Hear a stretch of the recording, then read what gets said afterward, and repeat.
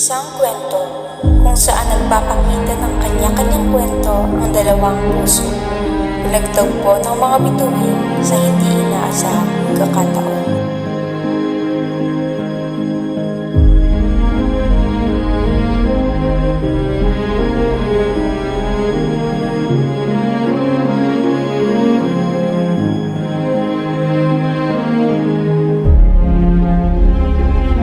Ay, pasensya na. Uy, kumusta?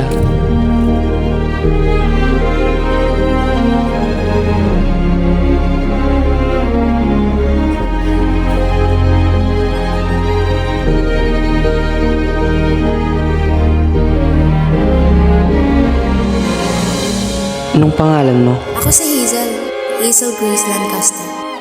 Ako ay tila isang bomba na may nakatagong lakas na handang sumabog sa anumang oras. Ang aking matalino at maalam na pananaw sa buhay ay nagbibigay sa akin ng kapangyarihan na makita ang ganda sa kabila ng aking kondisyon. Alam mo yun, para akong isang bombang handa ng sumitla. Naman si Agostos. Hindi ko iniinda ang aking kalagayan at sa halip nagataglay ako ng lakas at tapang na nakakapukaw ng inspirasyon at sa kabila ng aking sariling laban, hindi ako magsasawang magbigay ng pagmamahal kay Hazel.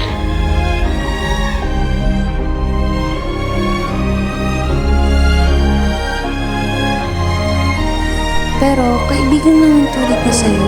Alam mo, kahit ilang beses mo akong iwasan, hindi pa rin mababago ang nararamdaman ko sa'yo.